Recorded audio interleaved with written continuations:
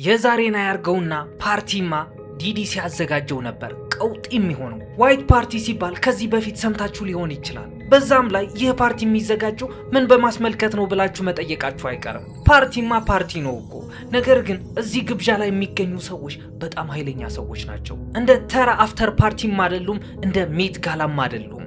እነዚህ ኦል ዋይት ፓርቲ በጣም ይለያሉ። ፈጣሪ አይበለውና ተጠርታችሁ ወደዚህ ፓርቲ ልትሄዱ ነው። ከናንተ የሚጠበቀው ከላይ እስከታች ነጭ መልበስ ነው። አያችሁ፣ ይህ ፓርቲ የሚዘጋጀው በየአመቱ ጁላይ 4 ላይ ነው። ጁላይ 4 ደግሞ አሜሪካ ነፃነቷን የምታከብርበት ቀን ነው። እናም በዚህ በነፃነታቸው ቀን ወደ ግራ ስትዞሩ ቢዮንሴ ከባሏ ጋር ስትገባ ታያዋታላችሁ። ወደ ቀኝ ስትዞሩ ደግሞ ኪም ካርዳሽያን የማህበራና ረጅም ተወካይ መስላ ስትገባ ታያዋታላችሁ። ወደ ላይ ስታዩ ደግሞ እምባፔ አለ። እንዴ እምባፔ!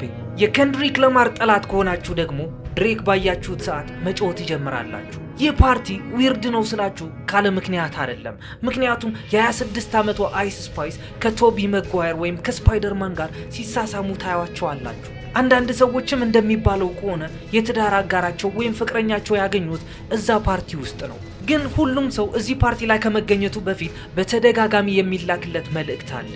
እሱም ነጭ ልበሱ የሚል ነው። ክሬም ከለር አይደለም፣ አይቮሪ ከለርም አይደለም፣ ወጥ ነጭ ልብስ።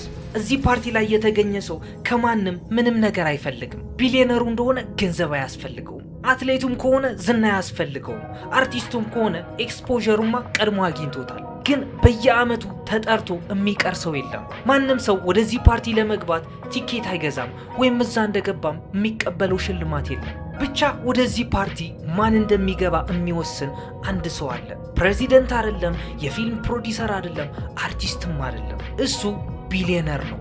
ስሙም ማይክል ሩቢን ይባላል። ማይክል ሩቢን ደግሞ ማንም ሀብታም ነኝ ያለ ታዋቂ ነኝ ያለ ሰው የያዘውን ጥሎ እንዲመጣ ማድረግ የሚችል ሰው ነው። ግን ወደ ዋይት ፓርቲ ማንነት ከመግባታችን በፊት መጀመሪያ ላይ ማይክል ሩቢን ማን ነው የሚለውን ጥያቄ መመለስ አለብን። ማይክል ሩቢን የ12 ቢሊዮን ዶላር ኔትወርዝ ከመያዙ በፊት የማይነካካው ነገር አልነበረም። ነገር ግን እዚህ ፓርት ላይ እናንተ መነካካት ያለባችሁ አንዳንድ ፓርቶች አሉ።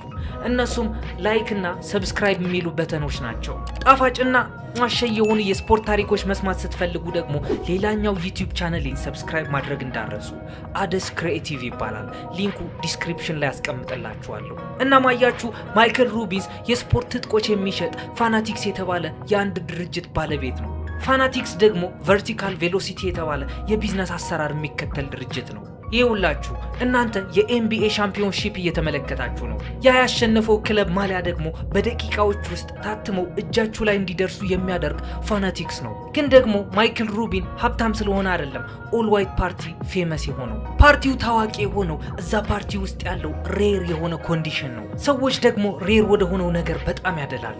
ግን ደግሞ ይህ ሁኔታ አንድ አስገራሚ ጥያቄ ያስነሳል። በአንድ ክፍል ውስጥ ያሉ ሰዎች ሁሉም ሚሊዮነሮች ከሆኑ እዛ ክፍል ውስጥ ምን የሚስብ ነገር አለ? እናም በሳይኮሎጂ አንድ የሚታወቅ ጥንታዊ ህግ አለ። አንድ ነገር ለማግኘት በጣም ከባድ ሲሆንባችሁ ለዛ ነገር ያላችሁ ፍላጎት በጣም ይጨምራል። ሁልጊዜ ስለተሻለ ወይም ሌላ ቦታ ሄዳችሁ ከምታገኙት ፓርቲ ለየት ያለ ስለሆነ አይደለም። ነገር ግን በአመት አንዴ የሚካሄድ ፓርቲ ስለሆነ ብርቅ ነው። አሁን የተናገርኩት ነገር የሚገነዘቡት ደግሞ የቅንጦት ብራንዶች ናቸው። እጥረት ፍላጎትን እንደሚፈጥር በደንብ ጠንቅቀው ያውቃሉ። አያችሁ አይደለ? እዚህ ፓርቲ ላይ ሁሉም ሰው መግባት ከቻለ ስለዚህ ፓርቲ ይህን ያክል አይወራም ነበር ማለት ነው። ግን ማይክል ሩቢን በ16 ዓመቱ ከፍተኛ የሚባል ኪሳራ ውስጥ ገብቶ ነበር። እንዴት? በጣም ጥሩ ጥያቄ ነው። ማይክል 12 ዓመቱ እያለ በወላጆቹ ቤት አንደርግራውንድ የሰዎችን የበረዶ ማንሸራተቻ ወይም የስኪ ቦርዶች በመጠገን ብር ያገኘ ነበር። እናም ማይክል ጂው አይደለ አይሁድ አይደለ ከባር ሚትዝቫ የሚባል ወይም አንድ ሰው ጉርምስና ላይ ሲደርስ የሚዘጋጅለት ፓርቲ አለ። እናም ከዛ ፓርቲ ላይ $2500 በስጦታ መልክ ይሰጠዋል። እናም ያቺ $2500 በመያዝም ሱቅ ይከፍታል። ደህና እየሰራ ነበረ እኮ። የሆነ ሰዓት ላይ ግን ዊንተር ሲደርስ በረዶ አይደለም የሚዘንበው፣ ያን ዓመት ግን በረዶ ሳይዘንብ ቀረ። እናም ያ ሊሸጣቸው አዘጋጅቷቸው የነበሩት እስኪ ቦርዶችም ትልቅ ኪሳራ ውስጥ ከተቱት። ትልቅ ኪሳራ ስላችሁ $120,000 ዕዳ ነበረበት። እናም አበዳሪዎቹ ደግሞ ይህን ልጅ ፍርድ ቤት ላይ ገተሩት። አባቱ ግን ወደ ኋላ የሚል ሰው ስላልነበረ እነዛ ዕዳ ጠያቂዎቹን ለማስቆም $37,000 ከፈለ። እንዲህ እንዲያደርግለት ግን አባቱ የሆነች ቅድመ ሁኔታ ሰጥቶት እንዲስማማ አደረገው። እሱም ዩኒቨርሲቲ ገብቶ ትምህርቱን እንዲጨርስ ነበር። ወደ ቪላኖቫ ዩኒቨርሲቲም ገባ። ነገር ግን እዛ ዩኒቨርሲቲ የቆየው ለአንድ ሴሜስተር ብቻ ነበር። ትምህርቱን ድሮፕ አውት እንዲያደርግ ያደረገው አንድ ምክንያት ነበር። እሱም አንድ ድርጅት የስፖርት ትጥቆቹን ሸጦ ከጨረሰ በኋላ የሚያስቀምጣቸው ትርፍ ትጥቆች ነበሩ። ብዙ ጊዜ ደግሞ ብዙ ድርጅቶች እንደዚህ አይነት ትርፍ ትጥቆች ያስቀምጣሉ፣ ያከማቻሉ።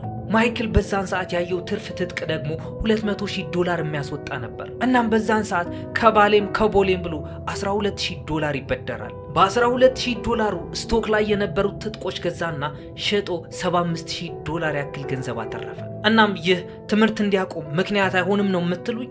ግን ለማይክል ይህ ንግድ ከትምህርት ጋር የሚወዳደር አልነበረም። እናም ከዛን ሰዓት ጀምሮ ማይክል ብዙ ድርጅቶች የማይፈልጓቸው ስቶክ ወይም የተቀመጡ ልብሶችና ጫማዎች እያወጣ እየገዛ መሸጥ ጀመረ። በዛን ሰዓት ደግሞ KPR ስፖርትስ የተባለ የራሱ ድርጅት አቋቋመ። በ21 ዓመቱ $1 ሚሊዮን ደረሰ።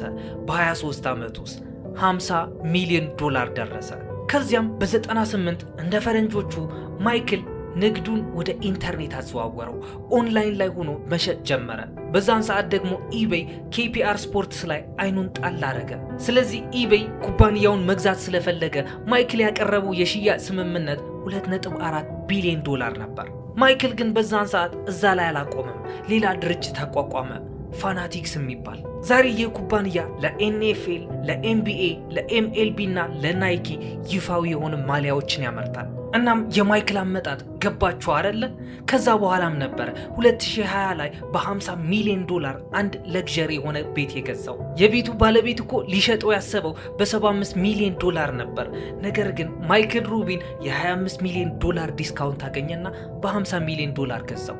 ይህ ቤት ከገዛ በኋላም ነበረ የሆነ ጓደኛው ለምን ፓርቲ አታዘጋጅም ብሎ ሐሳብ ያቀረበለት። ማይክልም በሐሳቡ ተስማማ።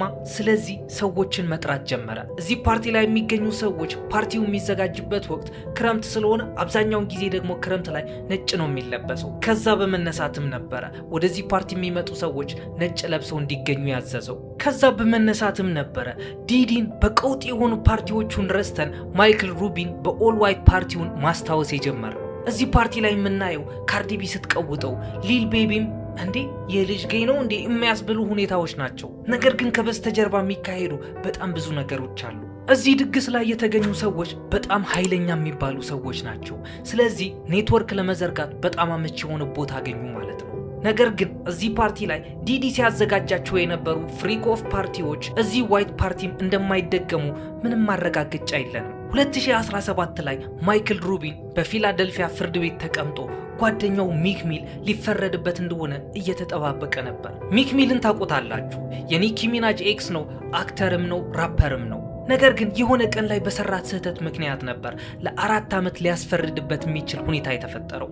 ያቺ ስህተት ደግሞ ሞተር ሳይክል የሚነዱ ሰዎች የሚያውቋት ስህተት ናት። የሞተር ሳይክሉን የፊት ጎማ በማንሳት ዊሊ ይባላል ይህ ትርኢት። በዛ መልኩ ትዕይንት ሲያሳይ ፖሊስ ያዘው። እናም ማይክል ደግሞ የዋዛ አይደለም ባለው የፖለቲካ ኔትወርክ በመጠቀም ሚክ ሚል ከእስር እንዲፈታ አደረገ።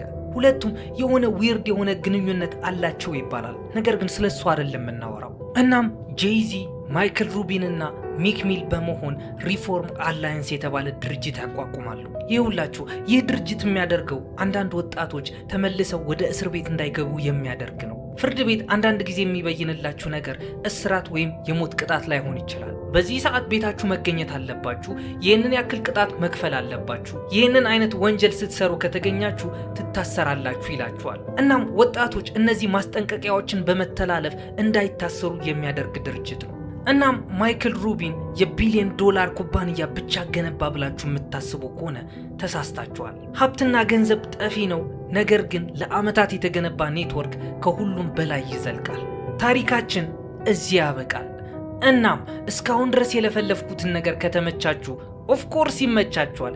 ይህ ቪዲዮ እስካሁን ድረስ ቁጭ ብላችሁ እያያችሁት ከሆነ ላይክ እና ሰብስክራይብ ያላደረጋችሁ ሰዎች አሁኑኑ ሁለቱንም በተኖች ጠቅ አድርጓቸው። ከዛ ኮራ ብላችሁ የቴድ ኢዮብ ቻናል ቤተሰብ ትሆናላችሁ። ቀጣይ ደግሞ ባበደ ስቶሪ እስክንገናኝ ድረስ ሰላማችሁን ያብዛልኝ። ይመኝ